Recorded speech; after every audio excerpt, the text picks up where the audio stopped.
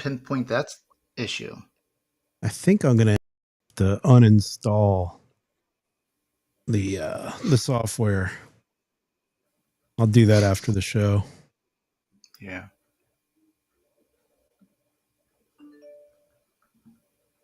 I can't think what.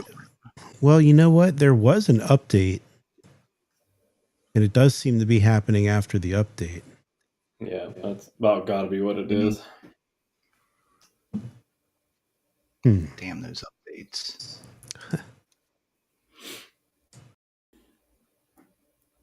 By the way, while I was talking a minute ago, I flipped mics again while I was talking. I don't know if you'll.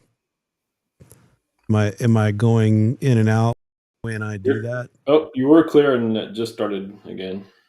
I just flipped the mics again. Yeah, that works. I can't tell when you flip, but it does work. Okay. All right. Well, it's going to be a whole hour of 60 mic flips. We could have like a sign that we give you or something like that. Oh, you go. Yeah. Can we just flip you off whenever it starts to get bad? You know what? That's even better. Or if you got a sign, Tom, I would especially like to see a sign from you that just says "F you, Alex."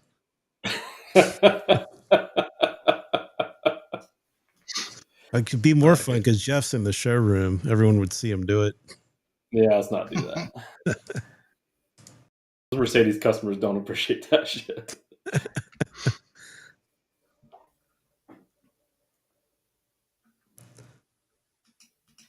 Speaking of which, there's a thread in the forums, Jeff, about Mercedes EVs. Oh, really? Yeah, you should check it out. I pinged you on it earlier with a question about how long are your EVs sitting on the lot compared to your ICE vehicles? Okay. Is there a difference right now in aging? How long? If we allow it to, but we do everything we can to DX them out if possible.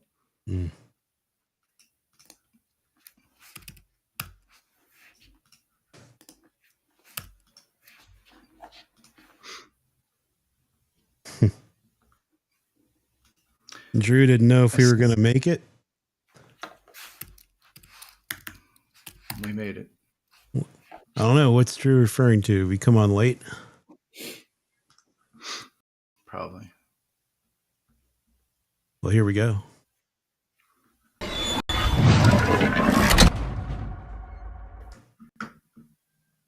All right. Hello. And apparently I'm having some microphone issues. So if I start to make crazy sounds, just yell. Guess it depends on what kind of sounds you make. From what I hear, you will know.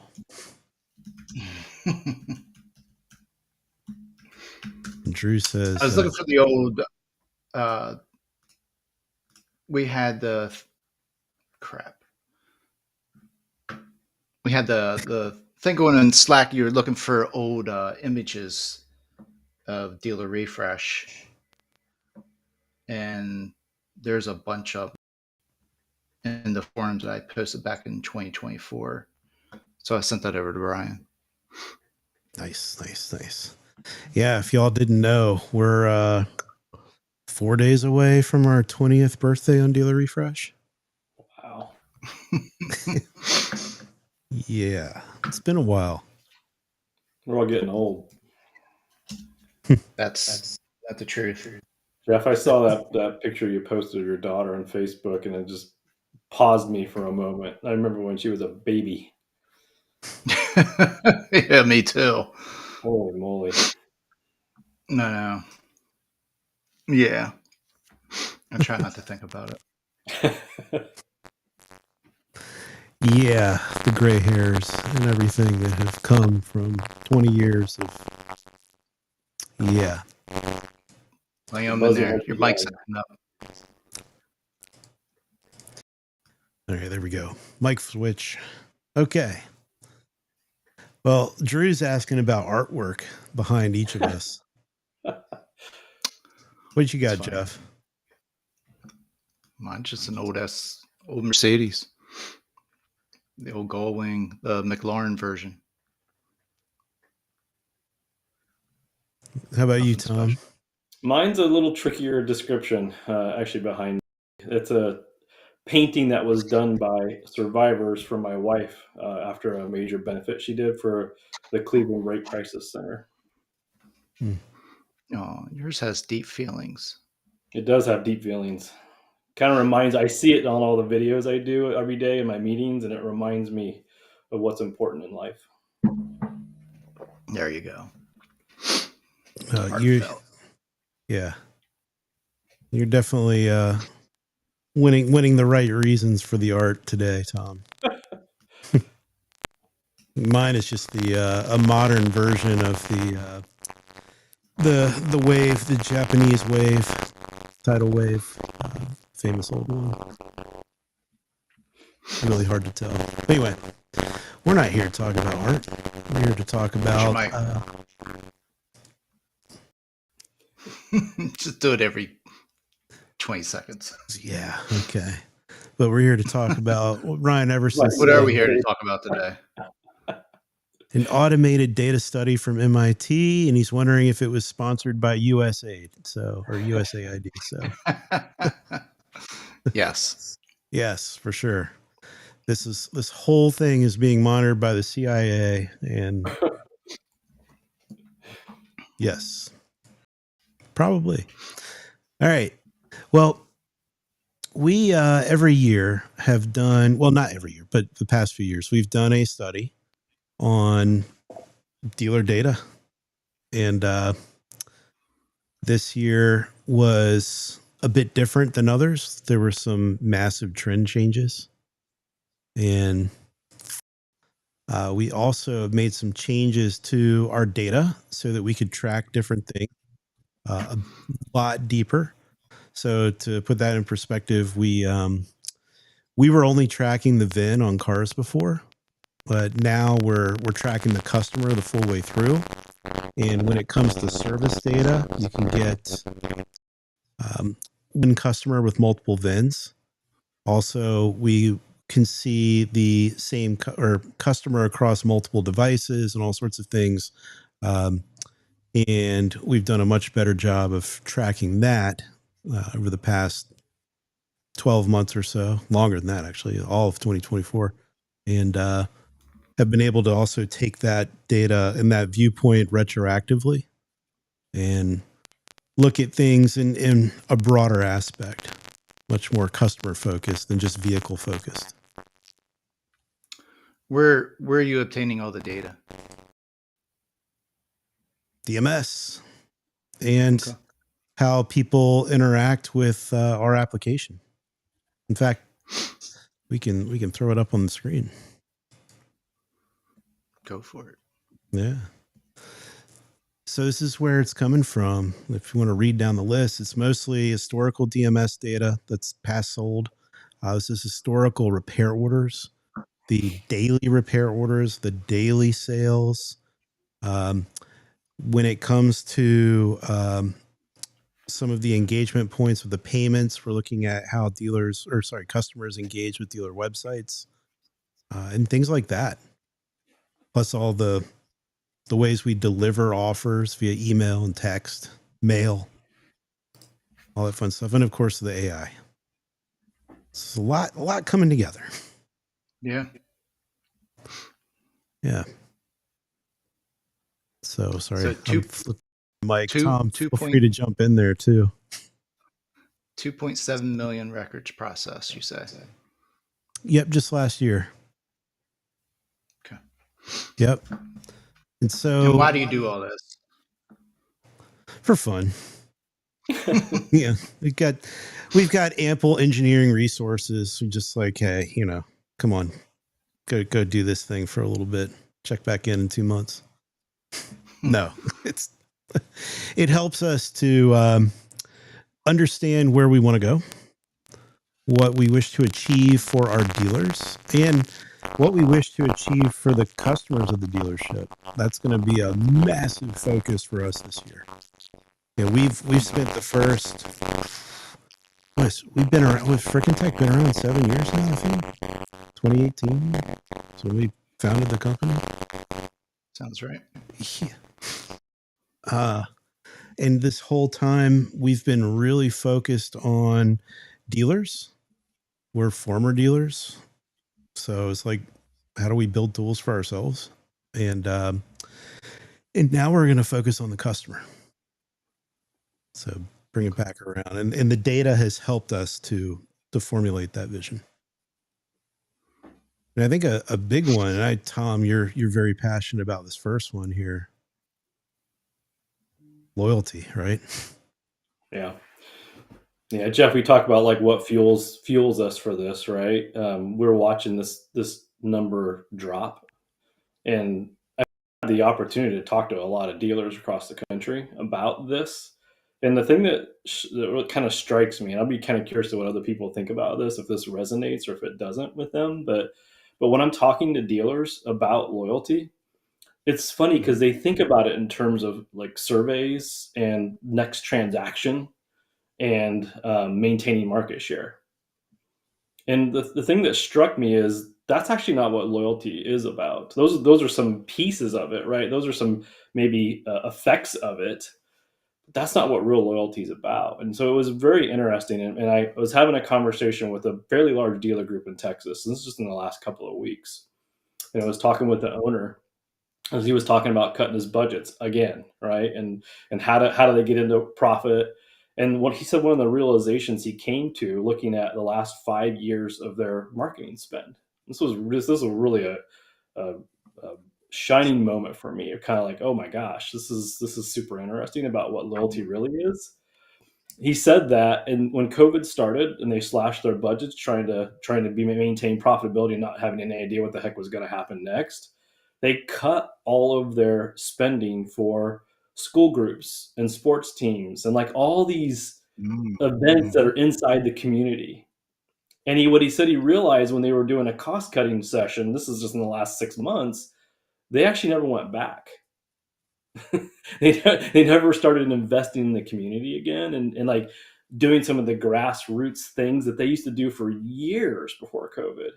And he said it was just like this watershed moment for them that if you want loyalty, you have to be loyal, right? Especially and these dealerships were actually in smaller communities. They weren't like these massive mega stores.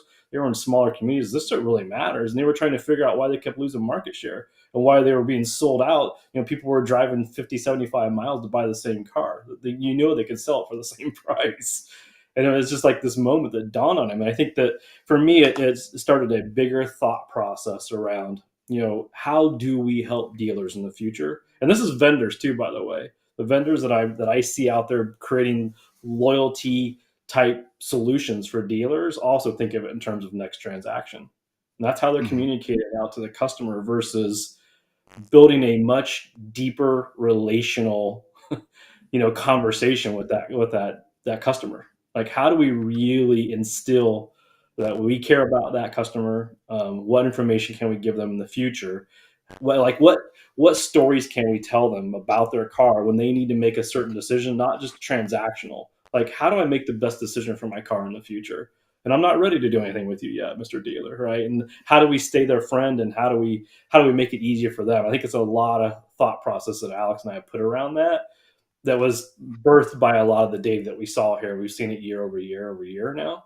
So anyway, maybe more than you wanted, but it's kind of a fascinating journey we've had over the last 6 to 8 months, thinking about really rethinking loyalty and how can we deliver meaningful solutions to dealers in the future that help them build this much deeper relational type of loyal customer versus just next transaction or next survey. So back up a second. You're saying that the dealerships, or in this particular example, prior to COVID, they were doing a lot of community marketing, grassroots, sponsoring, local sports teams, schools, all that good stuff. And then they cut it out because of COVID, and it's had a negative impact on their loyalty scores. Yes. Yeah, the dealer, ironically, again, I won't say a name because you see some people on this will know who this is, right? And I don't have permission to share it per se, but it hit me so Mhm. hard because he was at one of these events at one of the schools and just was complaining a little bit about how business was. They have a Stellantis or Jeep Chrysler Dodge store, and he was complaining about how much inventory they had and how bad business was. And one of the longtime customers that had just purchased a vehicle not from them, a Jeep not from them, was like, "Yeah, man, I Wow. haven't seen you in the community for years." Wow. It's like it hit me like a ton of bricks. Yeah, I because have a sneaky suspicion if we you actually go look at this, it's going to ring pretty true on budgets. yeah, well, I mean, a lot of dealerships, at least in your smaller hometowns, I know with this dealership, they sponsor quite a few different things throughout the community, Yeah, but there's never really been a way to track that. Like, are we getting things? I mean, I would hope you would get into something like that, not really looking for, uh, yeah, I would say, a return because yeah, you're doing it to help the community and all that good stuff. But there's no matter what, there's always going to be a marketing advertising element to it. correct. But Yeah. I have never seen any type of studies or anything, especially on this landscape of dealerships to see what kind of impact that has. I don't know. I think that alone is sort of a strong takeaway. Well, I think for me was the wake up call it was for me is again as a vendor right now, automotive for many years, but a vendor now. Like we have a responsibility to build real solutions for dealers, right? Like things that actually work and improve your business. I cannot think of a better ID. You guys clear I'm more passionate about this right now, just because I think wow, we can have a real impact for stores. I mean, loyalty numbers are quite low right now for most stores, right? And the trick is like, how do Let's we? put that in perspective real quick. Yeah, We've got 23% up here, and I know this graphic looks like it's good, but it was Oh, 35%. yeah, It's plummeted. wow. yeah. And what is loyalty? This is the way we're measuring it is did this customer spend a Transactional. dollar did this customer spend a dollar with you before? So how many repeat sales are you getting and how many customers out of the service drive are coming in to buy a car? It's that simple. And it's gone way down. So go Yeah, ahead, that's Tom. that's I an wanted to. alarming number. No, the point is I think that we have an obligation to help dealers reinitiate. I think you're right, Jeff. I think when you look at the data of what dealers invest in their communities and historically have been really tremendous, right? They've been a massive spark plug in the communities where they're at. My Mhm. my suspicion is, having now talked to several dealers, that they made the moves they needed to make to survive, right? And the question is, now that things are the new normal, whatever that means for that dealership, have you reinvested in the community? I mean, this is just one small element of multiple things about. But the idea here is, if you want customers to be loyal in the future, you got to be loyal also, right? It's just a two-way Mhm. street. I think that's I think there's so many things that we can be doing from a technology perspective and a vendor perspective to help dealers nurture those customers in the future. I think it makes me really excited anyway about what we can potentially do to help dealers really deliver real value to customers, and even when they're not ready for the next transaction potentially. Mhm. Yeah. Yeah, there's a great one here from Bill Vaughn, who definitely is exploring all of this in his new store, but saying loyalty will be dependent upon providing a superior post-sale experience. And that's so true. Um, there was a comment before, if throw that back up, referring to prices causing a loyalty impact. Maybe I could see where some people might be moving to other brands or that kind of thing, but the prices are high everywhere. Yeah. Yeah. I'm just wondering, we had a couple years there, where everyone's purchasing vehicles above sticker. I wonder if that had any type of impact, It definitely 2 years, impacted it. 3 years. Yeah, Yeah. Well, the yeah. way So it they was can. handled, Yeah.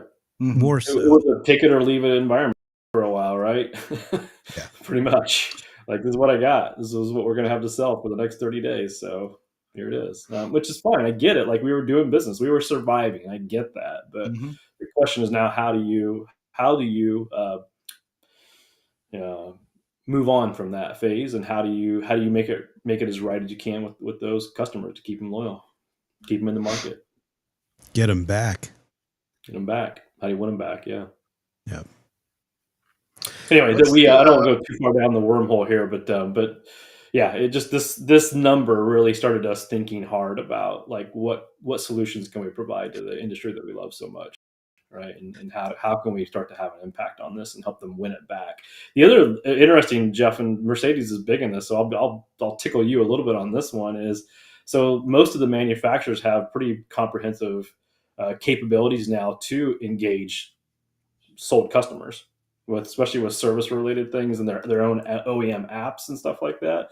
And so now you're starting to look at, and most of those apps are pretty agnostic at the end of the day.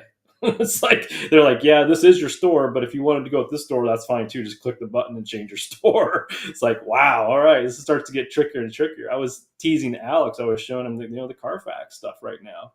Like, not only do they show the dealer that sold it, but they show all the independent locations closer to Mhm. you with better pricing. And it's just like, so how does a dealer like stay attached? Like, there's going to be some interesting, with the technology that's emerging right now. There's going to be some interesting challenges and opportunities for dealers that want to stay connected to their customers. There's potential for a resurgence of the sticker plus pricing again with these tariffs come into play. So hopefully, I mean, I hate to say hopefully, because I know that dealers made a lot of money during that time, but what it did for the customer was not good. Yeah. And in the customer experience is what we're seeing now. That's why this loyalty number is so low. So these people, we've now got a generation of salespeople who are used to this kind of selling and Mhm. struggling to get back to the customer pleasing method of selling. So if these tariffs raise prices, I'm seeing anywhere from $500 to $3,000 on top of where things are now. Um, that could potentially send us backwards. So just want to say, I be have to wait and mindful. see. So you got the 23%. What's the two numbers underneath? Just because it's hard. I mean, I've seen it, but for everybody else, what's those two numbers? It's hard to see the caption under. So 13.6% of sales customers have purchased a vehicle from that dealership before. This actually came up a little bit. It was around 9% prior, but the service number has dropped significantly. And we're going to get into that in a minute. Okay. However, one thing that has remained constant is the most people are still doing 2 services a year at the dealership. And that's a good thing. A lot of Yeah. opportunity there. So let's there's another interesting one. So we've always known as car people. In fact, I was trained on this in the 90s that over 80% of customers don't buy the car they started off looking at. But this has gone up a little bit more. So 87% a rise from last year. Last year was 84%. And I'm sure that prices have something to do with it. But what's more interesting here is we were able to start looking at people who have paid off their car or people who paid cash. And we noticed this Mhm. interesting trend where the customers were re-entering the market roughly about 18 months after they paid a car off, or even if they paid cash. And we're actually doing a transaction at about the 24-month mark. And Tom, years ago, brought it to my attention about people in leases and people in 60-month loans. Tom, do you mind filling in the rest? Because it's an interesting coincidence here. Yeah, absolutely. Again, I won't mention any dealer names because everybody will know who these are. But when I was at Call Review, we had a large call center, so we were doing call campaigns for some very large Honda dealerships in the Northeast, we'll just say. And one of the things we found out is especially because Hondas do hold their value quite well. In a 36-month lease, approximately 16 to 20-ish months in, they had equity. So we were literally calling Civic and Accord customers, just like, you realize we can pull you right now, literally, and keep your payment the same, even sometimes get a little better. We were having so much success with it back at that time that Honda actually asked us to come and do a presentation on North America about it for all the finance managers, basically, to better understand the data, because we'd made close to 15,000 calls. We had a pretty incredible penetration rate, but it was just this aha moment for me. It's like, we just assume on a lease that they run the course for the most part, right? You have a pull ahead program that's maybe 3 months, maybe 6 months if the manufacturer's really aggressive, but that's how we think about it. You don't ever think about, wow, if a car is doing well or holds its value well, like some Toyotas, Hondas, Mazdas, whatever can do, you might actually be able to pull them out mid lease term and really reward that customer at the end of the day. Someone that leases a car is in for new technology and warranties and all these kind of different things. Like, yeah, sure, you can get me out now. Let's do it. So pretty interesting pieces there for sure. How would a customer be able to attain that information? I mean, obviously technology, and maybe that's something that you guys provide. But I would think most people, especially on a lease, they're not even considering, Thinking about it, yeah. my vehicle may be worth more, halfway through the lease than what it will be at the end. I could get out of this real quick and flip it into something else at the same payment. Yeah. I mean, Alex, you can speak to it too. Our technology does that automatically. I mean, honestly, a lot of the equity mining technologies do have some capability. We have a level of automation that will actually tell the system to check leases. So we'll tell them when the window opens, basically, and it'll just automatically every month check the estimated value of that car and see if anytime it hits that target window of potential minimum equity, it can send an offer out in real time to a customer. So that's leases and loans for us. And we do see some loans going out on a regular basis. It's pretty interesting. So I want to correct the record here. I said 24 months after they pay off their car. It was right there in front of me. It's 27 months. 24 months is there's a portion of buyers who re-enter the market basically buying a car every 2 years. You know them. They're probably the customers you know best. Most of the time. But there's definitely a broader one. People who pay off their car, they've been in it 5 years. It's really at that 6 year mark where you should get in front of them again. Make sure your brand is there. Yep. And even those cash buyers. Don't forget to sponsor a local football team. Exactly. Little League. Yeah, Jeff, I'm really curious because I know you've talked about it before. Your store actually does a really good job with that stuff, but that comment seemed to pause you, and you just came back to it again. I'm curious what your brain's thinking about that or cranking on that right now. I've taken notice to you used to see a lot more of it. You'd see the local dealerships would be sponsoring, and maybe I'm just not paying attention like I used to, but I'm pretty sure I am. I mean, both my kids are in sports, community involvement, all that good stuff, Boy Scouts.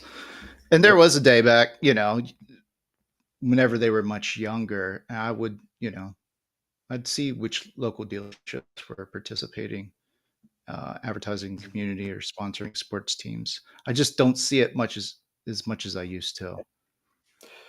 Yeah, And I'm even just my local, it's typically not a very expensive marketing channel at all. Yeah, for the banner on the fence around the football field. Yeah.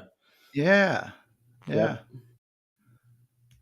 Yeah, Yep. it was a fascinating moment for me. Again, my kid played soccer, right? And what was interesting, the dealer group that did a huge amount was acquired. So now they're a big corporate entity, and it's all gone. Mm-hmm. Yeah. I guess it'd be nice to be able to see, what are the nuances that go into that? Is that, how big the community is? Yeah. Are you in a metro area, out in the suburbs? Yeah, I don't know. Yep. It's, and I guess it'd be nice to see, we're only talking about one example. I guess some people would want to see some more concrete proof that it has such a persuasion. Yeah. Yeah. For me, again, it's one piece of a much bigger loyalty puzzle. Is what I guess, what I Mhm. was really going after there. Is that if we really want to generate real customer loyalty, we need to have a very comprehensive plan that goes across the entire life cycle of that vehicle. What about the dealerships out there that sign up for those loyalty programs where it's like a point system? We Mhm. had something here at the younger dealership many years ago. Yep. Uh, and I've seen a lot of dealerships get on something like that. Spend so much at the dealership, or you get so many points. I mean, retail stores have this stuff now, your convenience stores. But I've always found that most dealerships, they'll get into that for about 4 or 5 years, maybe 6 years, and then they just drop it. Yep. So the motor cars group where I worked, Jeff, for many, many years, 10 years, we had a very comprehensive called the Customers for Life program. And Yeah. yeah, and it actually did help us selling cars, and it did motivate people to come back because they had the points, but it would actually turn into real money, right? You could use in Mhm. a trade in, or you could use it for a down payment, that kind of thing, in the future. And it wouldn't, if there was significant difference in the deal, it wouldn't move a customer in that scenario. Like if you had to still be in the hula hoop, I used to call it, but if you're in the hula hoop, they would actually stay loyal. They would actually come back and use those dollars. The tricky part of what you think you just said, how we definitely don't want to go down this wormhole right now. So that was a all that money had to be stored, and it was in offshore accounts. So after 5 years of maturation, you wanted it to just disappear, right? So there's reasons that sometimes things go away. But having said that, it did absolutely help us drive loyalty at the dealership. It was a great thing to talk about during the servicing process and the sales process. Mhm. Mm. The hula hoop all the way to Bermuda. All right. Yeah. Yeah. Sorry, I don't mean to open Pandora's box on some of this stuff. It's not my intention. All right. Well, this is another big part of what we learned. Um, Service. And why is this important to most of the people on this who are listening? Because you're probably going to be in the sales department. But the cost of service has skyrocketed. Flip your mic And real quick. thanks. And we've seen this jump up hundreds of dollars since we first started looking at service in our data feeds. I think it was like $323 a few years back. Now it's 515. In fact, in Q4 it was 521. So it's still even going up now. The big thing for salespeople is that the customer is getting frustrated with spending money in service. And there's only one answer. It's to get rid of that car. And in 2023, we saw people were getting rid of their car after spending an average of $564 in service. It's come down to 518. That's our minimum here. Well, this tells me that people are tired of the repetitive over $500 they're dropping on their car. And how Mhm. many times do you do this in a year before you're starting to lose a little confidence in it, or you're getting upset with it? Yeah. That's a lot of money to some people. Um, Yep. There's a so few solutions out there. I think we were tied into one for a while, but I don't think too many people ever took advantage of it. Maybe they did down at the other dealerships, um, which I would never do. But you could finance your service visit, Yeah. but it was that if something that's maybe an engine blew up and the car is Yeah. no longer under warranty, and you have a few options. You could, it's $5,000. Well, you could finance it only at like 24%. I love it. That's an oil change these days. Not Yeah, untrue. right. yeah, yeah. I'm not sure how successful those programs are. Well, also look at the cars that are older. So uh, they're spending more, and the cars are aging. Yeah. So what it was like, the average car on the road was 11.3 years old just a handful of years ago. Now it's 12.6 and going higher. They're getting older. And look at the cost to maintain those. You think it's just $610. because of the price 692. associated to new vehicles now? What do you mean? Sorry, I have to flip my mic. Yes, Just no, you're fine. Go ahead. Well, I was just pointing out that the older ones are more expensive to repair because they need more work. So you get over 100,000 miles, you're into the timing belts, the timing chain stuff. Your spark plugs. Those things are expensive. Yeah. Anymore. Yeah. Yeah. And these older cars are also growing in the number or the percentage of total repair orders done too. I think it was like 15% of repair orders were these older cars last year, and prior it was like 12% or something. So that's growing too. A lot of these people end up going to Jiffy Lubes and things like that, just because of the perception. Yeah. Yep. And yeah, the EV was a question that came up. We haven't broken those out specifically in what we've looked at, but they are expensive. Those tires aren't cheap for those things. And those are heavy, heavy, heavy vehicles. They like to eat them up. Yeah, they do. Let's see.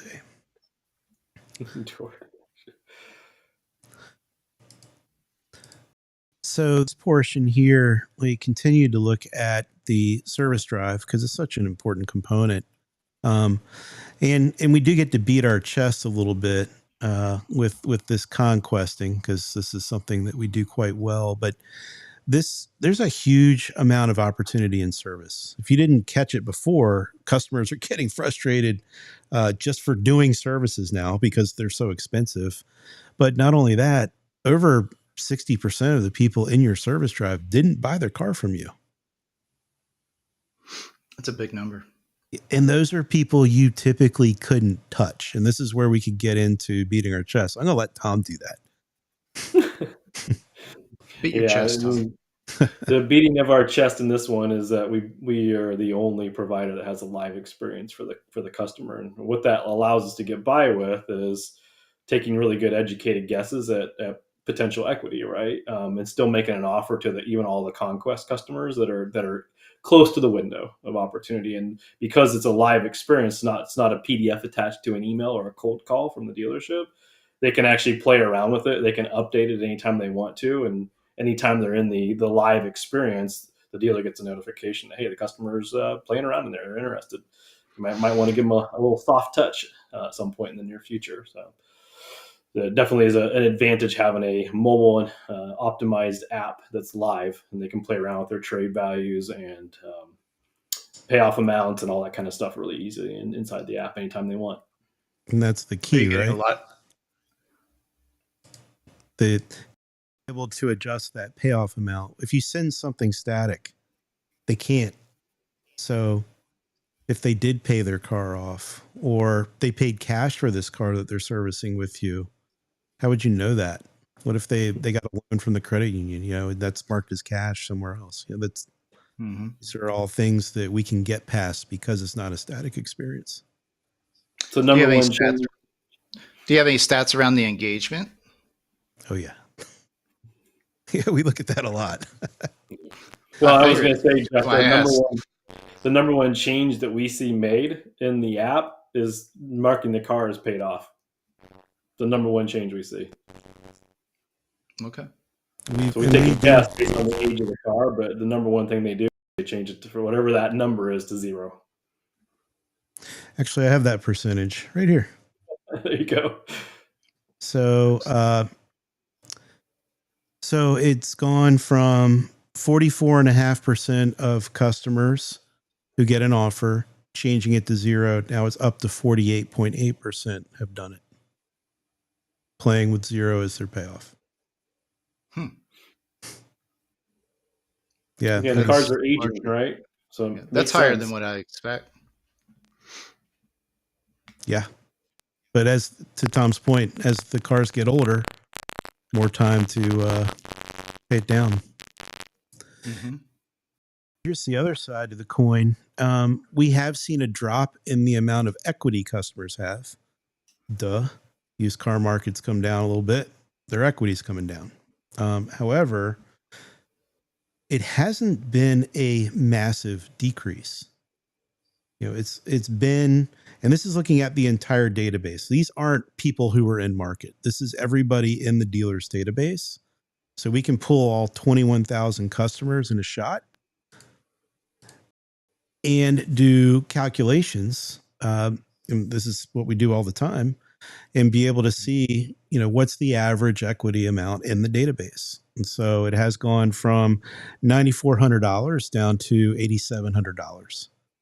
And I know when you hear those amounts, if you're a guy on the floor, you're probably like, what? My customers are all upside down. I don't see this. So again, I just want to point out, these are not all the people who are in the market. These aren't those 2-year cycle buyers that you're seeing most of the time. Mm-hmm.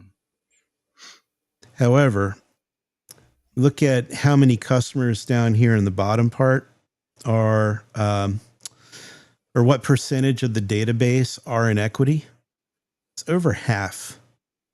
65% of your database has equity in their car.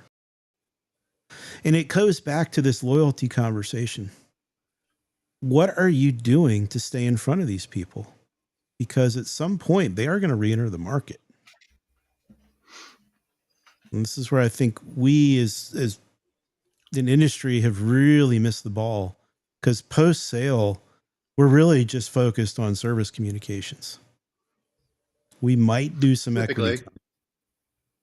And then the manufacturers, at least most of them, have something set up. I know with Yep. Benz, they've got their own touch points. But they're not aggressive, typically. They're crazy generic. Yeah. Yep. Yep. What Yep. about, aren't you guys dabbling in old school mailers? Yeah. I'll flip I still down think there there's a for a play minute. there. Let's see. We got Sorry to mail. jump around. Yeah, we'll go back up, but you asked the question. Mail still has a place. No doubt about it. And there's a great thread on Dealer Refresh right now talking about it. Ryan Everson, who's been commenting in the show today, also made some great points about mail in that thread. One of the big things about mail that's easy to forget, and especially easy to forget in this very remote world we live in now, you're not, if you're living behind a computer screen most of the time, you're not getting the same physical interactions with things that you used to, I mean, even with people. But mail is a way of easily reaching out to somebody and giving them a little bit of a physical interaction. Mm-hmm. The thing about these physical interactions is they're tangible. They're something that stick with you. Unlike that email that came through, I can easily delete or send to junk. This mail piece, I have to do something with it. I have to touch it. I have to see it. I have to throw it in the trash can. I was going to say, I have to I do have to throw it something with away. it. Yeah, To throw it away. it might be annoying, but it's an impression. And one of the things that we've been able to do because of that dynamic experience Tom was touching on is we've been able to include the QR code in these postcards and then take that customer directly into the digital experience and be able to track it all. So we can see that these mail pieces are converting. In fact, even though it's, we've got 4% conversion rate on our mail. So the amount of mail we send out, we get 4% of them are scanned. Well, what percentage of mail is interacted with in some way. Like somebody brings it into the dealership, you can attribute that mail piece to a campaign. I mean, unless you're doing like some huge weekend campaign, the numbers are typically pretty low. 0.5%. Yeah. Yeah. I was going to say less than 1. Yeah. The other thing interesting about this, Jeff, is this does appeal to a certain demographic still. There's still an age demographic here that still thinks of the mail as an important pertinent aspect. We'll pay Yeah. attention That's to why it. we're, I only say we're old school Mercedes dealership, but when we've used them, we've always gotten pretty good return on it. Yeah, the main thing And for us when you look at the demographics of our customer, it makes more and more sense. Yeah, I was gonna say it definitely makes sense for you at a Mercedes dealership for sure. The other big thing for us was just ROI. Like it was always frustrating when you did spend a significant amount of money on mailers. The only way to really track it, maybe a track phone number and who walks in that store, right? Who walks in that Yep. door? For Yep. us, being able to actually track legitimately when they scan that QR code and they drop them right into their personalized experience, it's their offer. Like literally, it's customized for that customer. It really allows you to understand the reach of the spend. Mm-hmm. Good old QR code, baby. Jeff's favorite. I'm going to fly back up here. That sounds like a story. Oh, yeah. I'll tell you that one later. So another interesting thing that came out of the data for 24 was the amount of deals that were financed.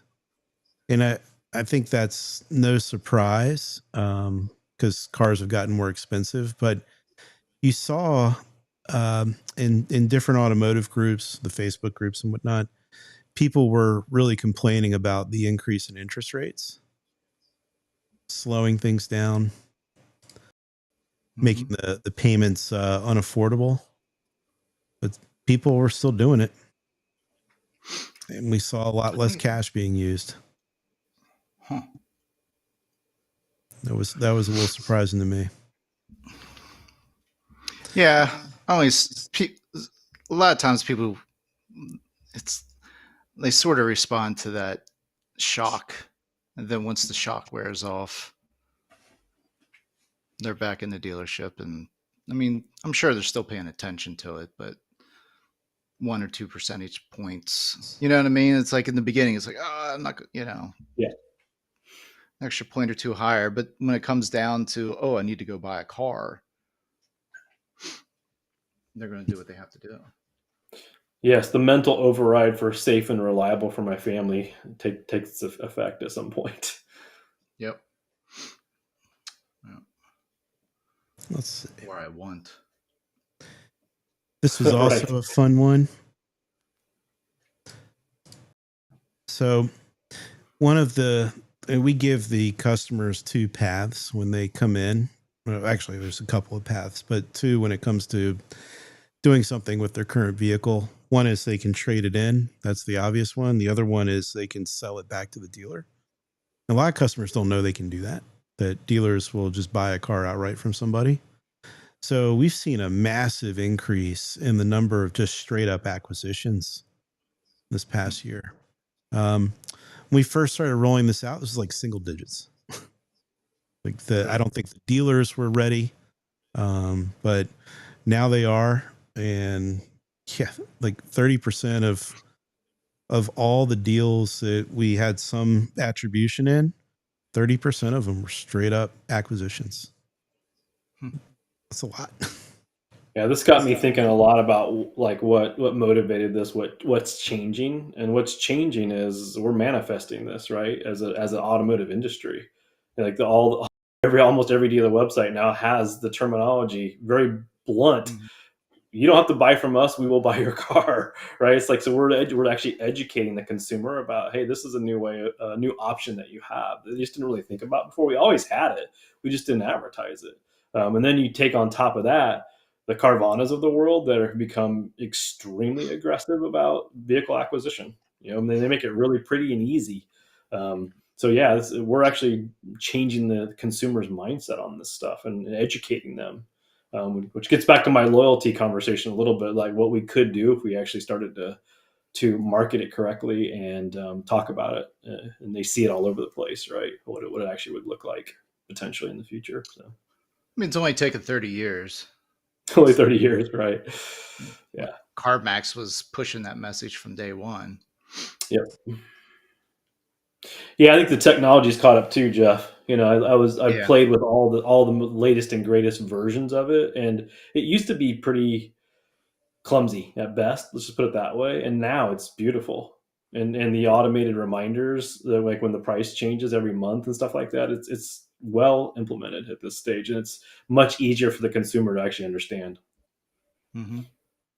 True.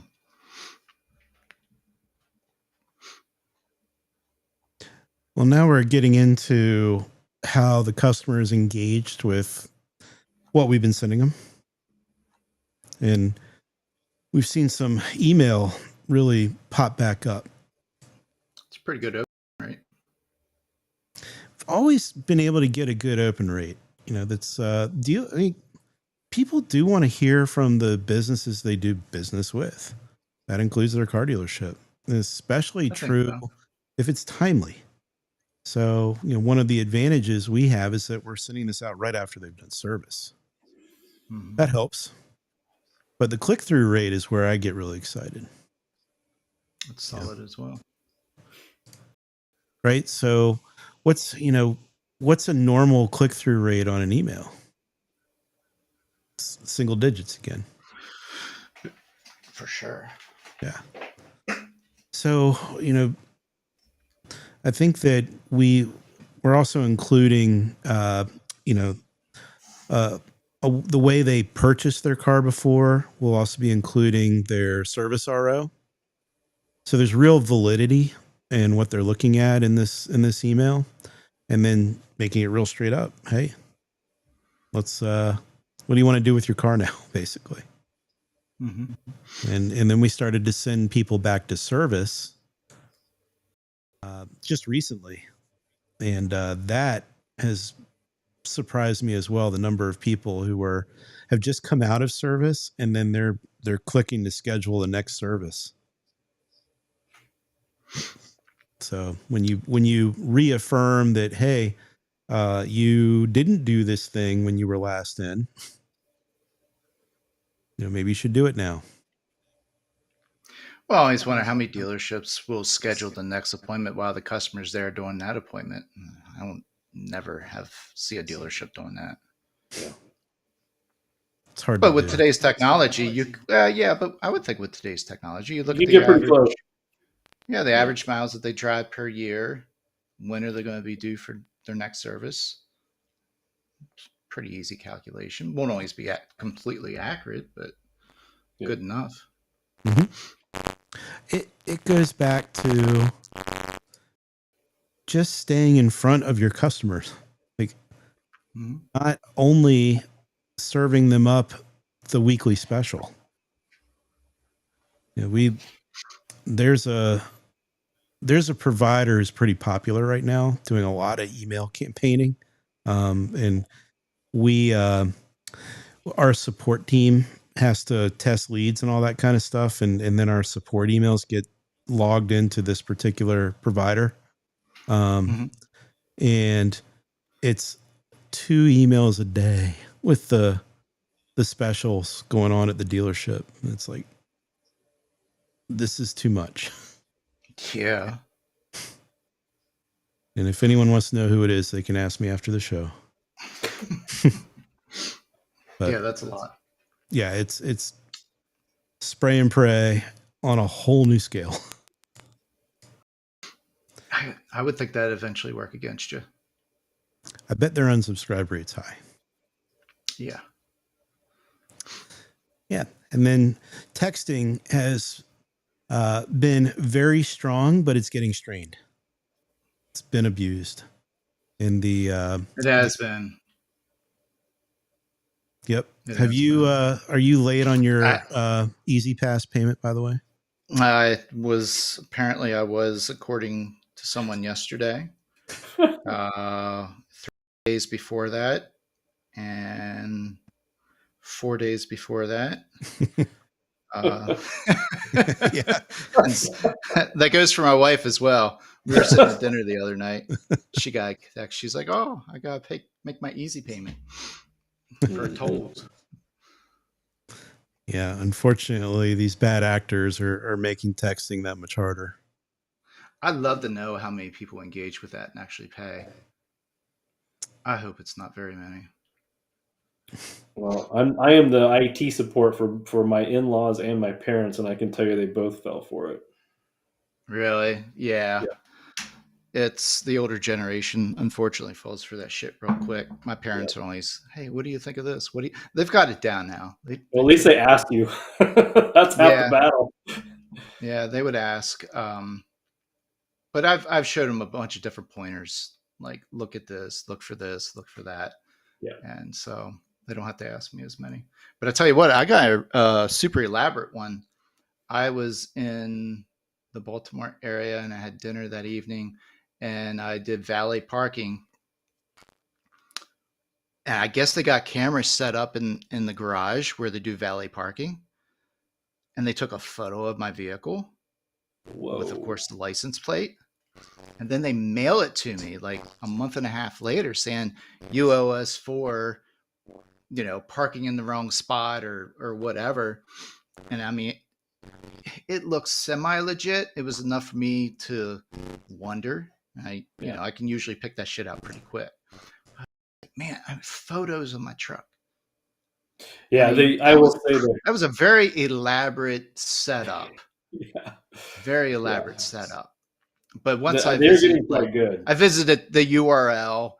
I went to the name of the company and it's all like really janky websites. So I was like, "There's no way this is legit."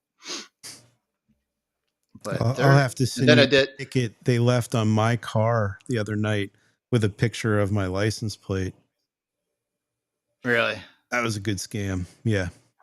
Downtown Burlington. Yeah.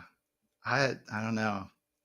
I think it's going to get worse. I think there's going to be a lot more scamming techniques will continue to rise. Let's see. Well, let's see. Timing's pretty good here, so we're getting right down to the end. On time, almost. I'm going to skip over the AI portion for a minute here because I think that's been the one of the more exciting things for us. And this is so much up Tom's alley because he's been tuning it directly, which is cool. And one of the things that we've been able to do and learn about AI is that if you're generic, like you're trying to answer many lead sources, like you're just plugged into a dealer CRM and you're responding to Auto Trader leads, Cars.com leads, dealer website leads, all that stuff, you don't have a lot of data to go on. You're going to have an ADF that's got first name, last name, email address, maybe a good vehicle of interest, and maybe a trade. But we've been fortunate that we have all this DMS data. And then we also have how the customer tapped on things, clicked things, and all that fun stuff. And AI gets better the more data you give it. So, Tom, did I tee you up well enough for this? Perfectly. Yeah. And so what he's talking about is click path data, right? So when we partnered for our AI solution, and I knew we were going to get a lift. I did not expect what we've ultimately come to, and that is so they are able to ingest the AI is able to ingest every click, so it knows not only the customer's information, what they looked at while they were in the app, but it knows their payoff, it knows their current payment, it knows what we showed them as an estimated range on what that car's worth right now, and having all that information and being able to have a conversation with the customer at that level is pretty incredible to watch in the threads, to be honest with you. And the AI now and watching it evolve, like, so we knew like here's every step that a customer could have taken in the app. When we send the lead over to the AI to ingest that data, we were able to say, so if you see these things together, this is what it means. This is what the customer was trying to do. And the AI can actually start its conversation at that point. So it's like this. So instead of this generic kind of like an all catch-all message, which is what most of them still are at a lot of levels, Mhm. like this thing is molecular. It comes right down to what the customer just experienced about a minute or two ago in the app. And if they got stuck, if they didn't see what they wanted, if they weren't happy with their trade value, it actually starts from right there with them, and can speak very intelligently. And the other thing that's been released very recently that's just a little mind-boggling to me is a lot of times the customers were like using an emoji with the AI, or they were putting a picture in, like, no, this is what I want, kind of a thing. And the AI can now see that, read it, and actually offer it back to the customer. Anytime they type a message in there about how they want to be followed up with, or I only want cars with great gas mileage, and it'll now show them cars with great gas mileage. Like, it's just incredible what it's doing now. The other thing that I hadn't quite allotted for, that it's bigger than I expected with the AI solution, is so what we're seeing is a bunch of customers will interact with the AI for a while, and then when they actually get ready to just about ready for a dealership visit, they want to make sure this is real. And the Mhm. way that they do that is they call, right? So they've been texting or emailing, and all of a sudden they call that number they've been interacting with for maybe multiple sessions or threads, and the AI that we use now tracks the inbound call. They can route that to wherever they want in the dealership, but it actually monitors the call in real time now also. It'll pick up Hmm. any follow-up sequences, any vehicle requests. It will actually give the dealership a summary, and it's available in the portal also. And it will do follow-up. So if you promise to do something, the AI will now do the follow-up for you. And it's just, to me, I was thinking about what it was like for the 17 years that I was in retail before I went to the vendor world, and thinking about the level of automation and professionalism that you can, and that so your team can stay focused on actually the moment of truth, I like to call it, when the customer's legit ready for a conversation with you, and needs the human interaction. And the stores that get this right over the next year or two are going to have a distinct advantage. There's no doubt about that, because the AI, when tuned correctly and optimized for each interaction type, is crazy powerful. Hmm.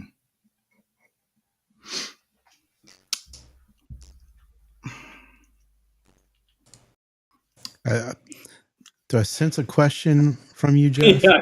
Yeah, just trying to formulate it, but Sorry, I it's dumped a lot. Friday.